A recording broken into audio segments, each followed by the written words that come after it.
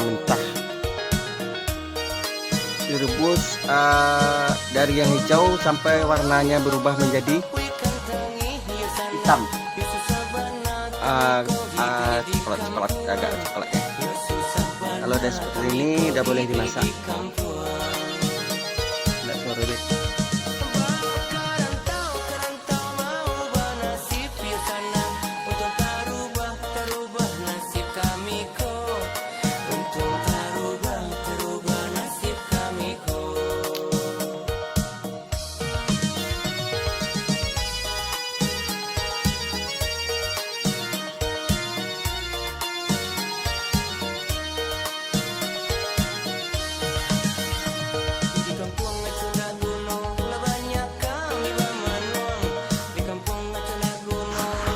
Guys, inilah lada lengong.